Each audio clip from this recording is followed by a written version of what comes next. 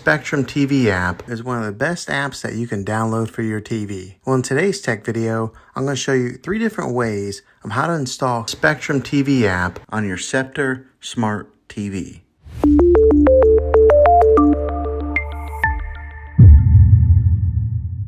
It can be really frustrating if you want to watch some of the great content that is on Sceptre TV app and you find that your TV is unable to download it. If your TV is an older model of smart TV, then it could prevent you from downloading this app.